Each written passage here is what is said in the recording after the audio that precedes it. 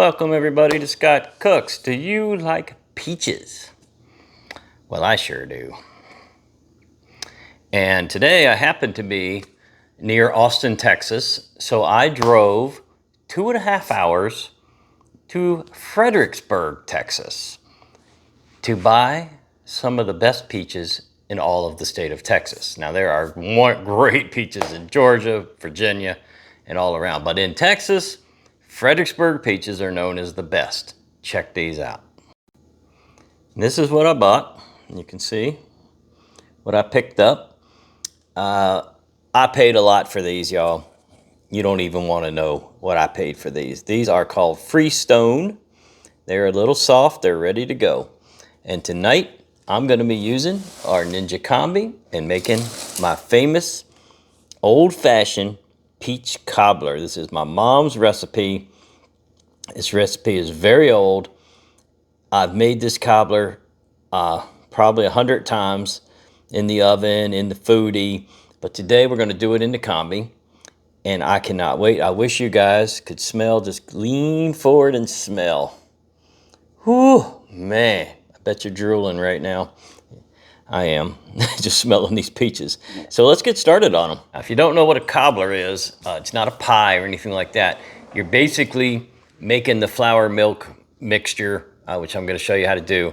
And then you're going to take the peaches or whatever fruit, whatever cobbler you got, apple cobbler, whatever, and you're just going to pour it right on top, right on top. You don't put the mix on top of the fruit. You put the fruit on top of the mix.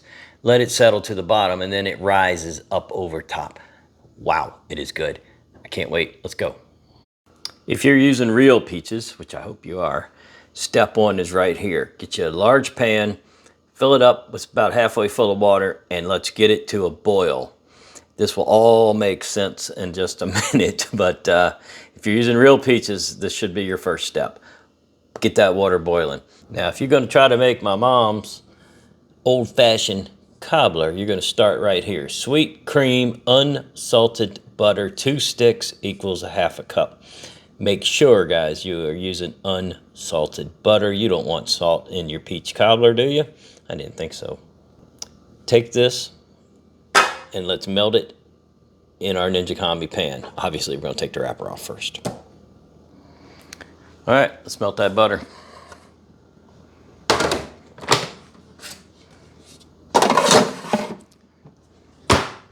Don't forget, water is over there coming to a boil on the stove.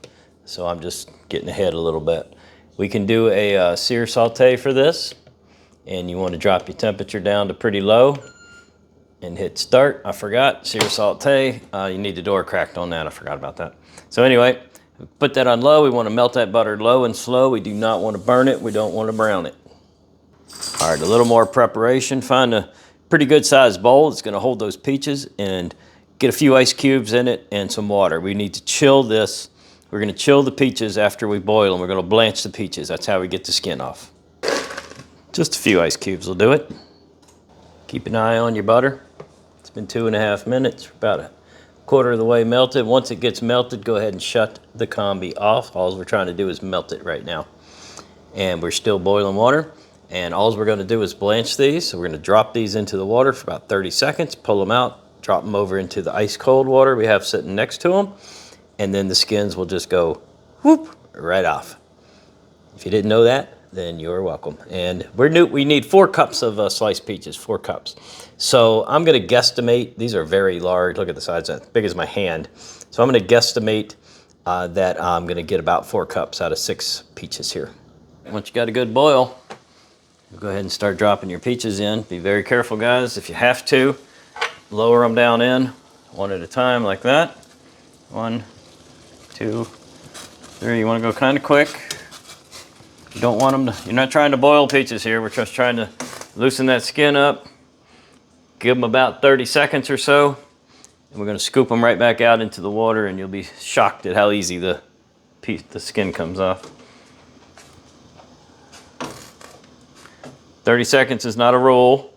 Depends on the peach, depends on the circumstances. You'll know when they start to loosen. All right, scoop them out. Remember that icy water we made over here? Going right in, we got to stop them. We don't want to cook a peach. You need to stop. Look at that. Look at that. I'm going to try to bring this over without making a mess. Look at that. See the skin? It's already peeling off. And that's what we're after. You can, I suppose you could have done this the hard way, but by the time you boil the water and do it my way, you probably would have only done get the skin off about 2 peaches. It's not the easiest thing to do. And there we go. We're just chilling them down, stopping that heat. I'd have something handy to put the skins in, and you don't need any tools. That is literally falling off in my hand, as I said it would. I've done this so many times. If you would go back and look in very early videos, way back, many, many years, those videos are still out there. You can see videos of my orchards, my peach trees, my plum trees might be out there. I think there's a video of me in my garden, or at least me plowing the garden. That was fun. I think I did a walk around. Go back and check out the video. I'll stick a link up here in the corner, if I could find the video. I think I took a walk around and showed everybody blueberries, blackberries, strawberries, plums, peaches, apples, pears. Geez, what else did I have? The peaches, if I didn't say that. The peaches were the pride of the spot there. We grew some mighty fine peaches. All right, that's that slimy mess. There's my peaches. Next up, we're going to cut them into slices. You don't need nothing fancy for this. These are pretty soft. This is just a regular old serrated steak knife. Do need to be careful. These are slippery. But once you get them broken in half, you can pop out the seeds and lay them flat. And it's called a freestone. And once you flip them over, they're a lot easier to work with.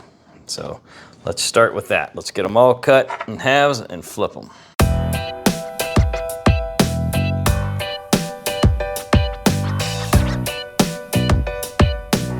And for now, I'll put them back over in this bowl, and then we're going to take them over and set them in that pan. So I'm getting approximately 4 slices out of each one. They'll break down just a little bit while we're cooking, but this is the way I've always done it.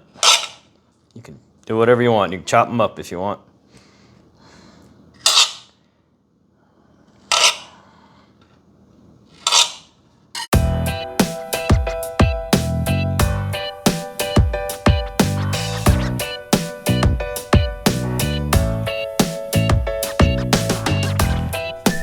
All right, in that bowl, or any bowl, 1 cup of regular old all-purpose flour. Any way you can get it, get it.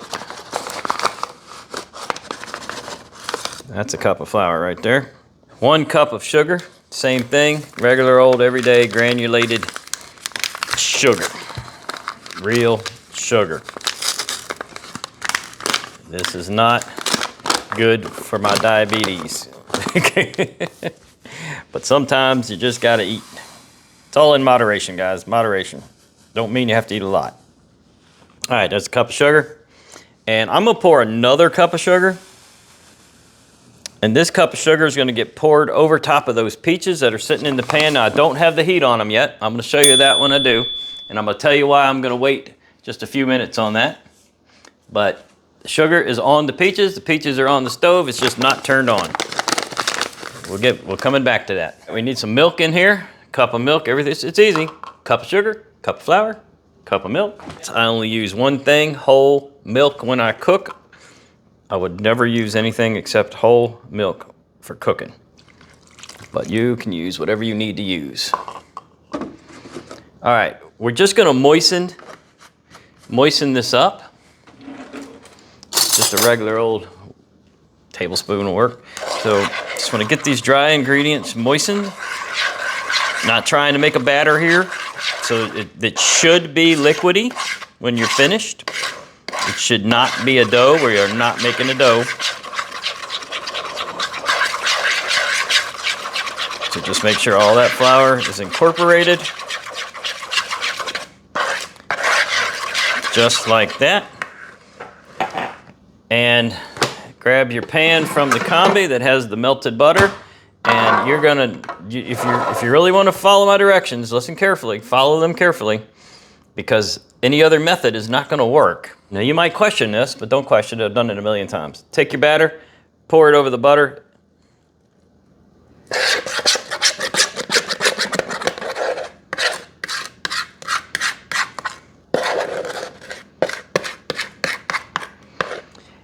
And don't touch it.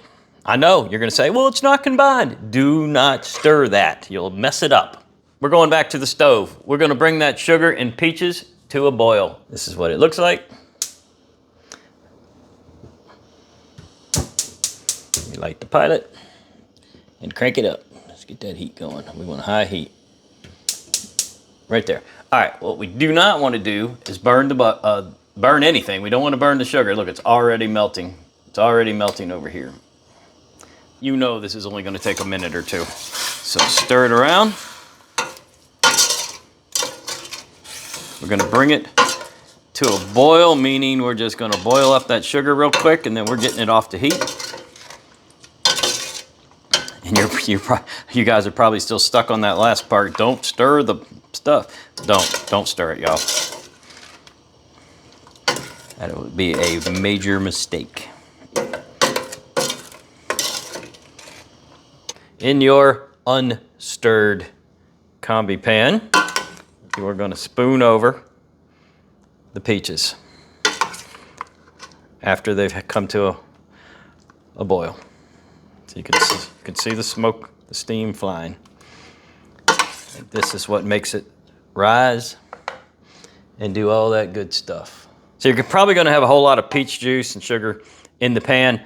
Don't pour that in. That's just going to dilute it. It's not going to work too good if you do that. You maybe can use that for something else to make something with. You might want to save it. That is some fantastic sweet peach juice right there. All right, and the final step before we pop it in the combi here is cinnamon. If you don't like cinnamon, skip this step. But we do like cinnamon. We're ready. Power up.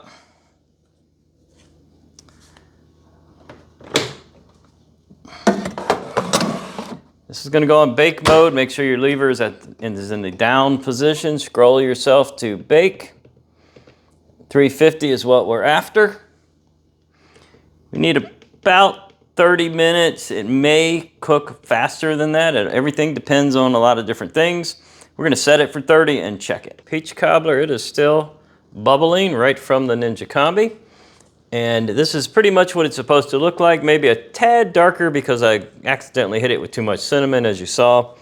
Not that it's going to affect it. We like the cinnamon. So what you should be seeing is crust coming up over top of the peaches. You should see more of the crust like this.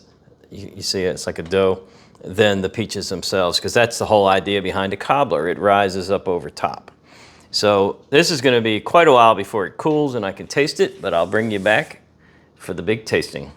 Well, it's the favorite part of every video for me, the tasting time. I kind of want to show you this. Hang on one second. I hope this shows up so you can see the beautiful crust that it made. Look right here on the edge. See that? That is what a cobbler is supposed to look like, guys. You can really see it right there on the edge. I'm gonna try one more time. It's almost like a cake dough. So that worked out real good. All right, here we go. I got a little peaches, some of the dough, some cinnamon, you know, the whole thing. Here we go. Still warm, wow. Wow.